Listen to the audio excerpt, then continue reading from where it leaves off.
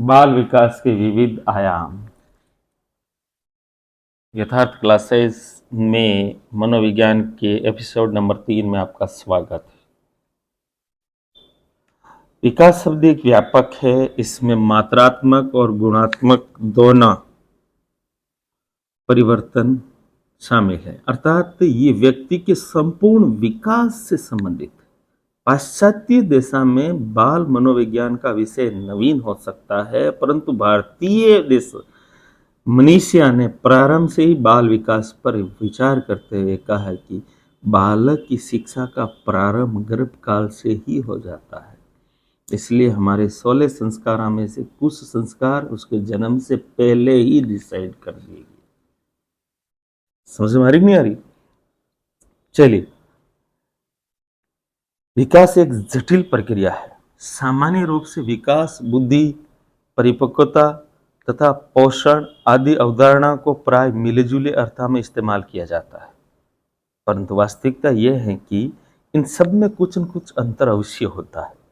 बालक वो जटिल प्रक्रिया है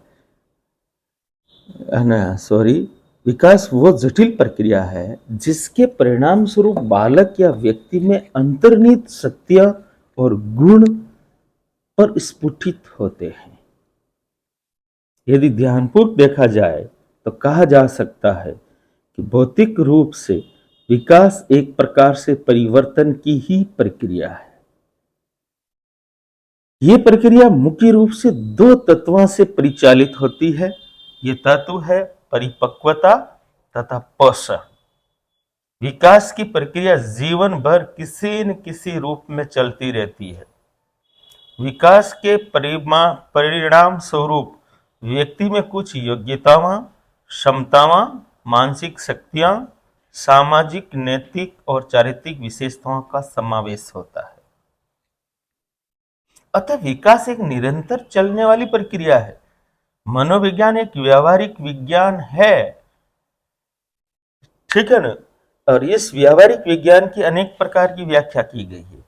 बाल मनोविज्ञान में बालकों के शारीरिक तथा मानसिक विकास का अध्ययन किया जाता है। इसमें जन्म से किशोरावस्था तक विभिन्न विकासों का अध्ययन किया जाता है। इस अवस्था से आगे का अध्ययन करना सामान्य मनोविज्ञान का कार्य है।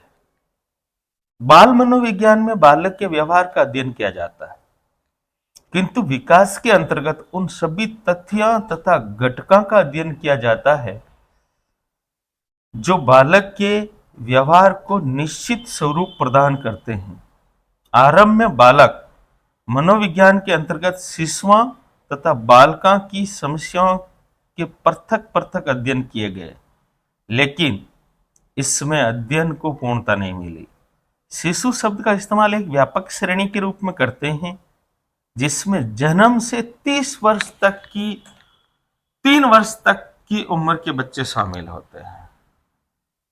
ये एक तार्किक निर्णय है, क्योंकि शिशु शब्द की लैटिन उत्पत्ति उन बच्चों को संदर्भित करती है जो बोलने में असमर्थ होते हैं।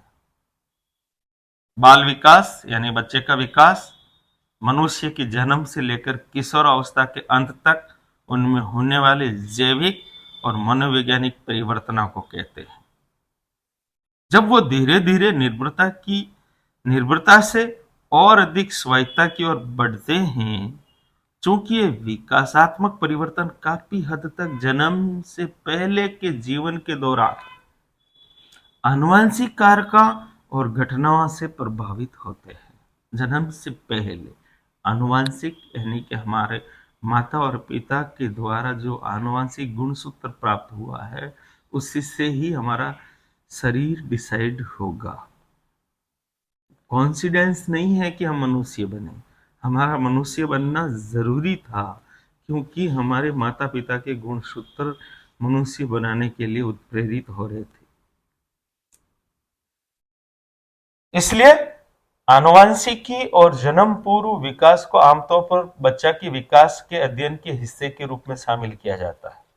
संबंधित शब्दों में जीवन काल के दौरान होने वाले विकास को संदर्भित करने वाला विकासात्मक मनोविज्ञान और बच्चे की देखभाल से संबंधित चिकित्सा की शाखा बाल रोग विज्ञान पीडियाट्रिक शामिल है। विकासात्मक परिवर्तन परिपक्वता के नाम से जाने जाने वाले आनुवंशिक रूप से नियंत्रित प्रक्रियाओं के परिणाम स्वरूप या पर्यावरणीय कारकों और शिक्षण के परिणाम स्वरूप हो सकता है। परिपक्वता का मतलब होता है सिद्धहस्तता के साथ आप कोई किसी कार्य को हैंडल करना। लेकिन आमतौर पर ज्यादातर परिवर्तन में दोनों के बीच एक पारस्परिक संबंध होता है। व्यक्ति का विकास एवं वृद्धि कुछ निश्चित सिद्धांत और नियम के अनुसार ही होती है। कुछ प्रमुख सिद्धांत जो है जिसकी चर्चा अपन अगले एपिसोड में करेंगे। धन्यवाद।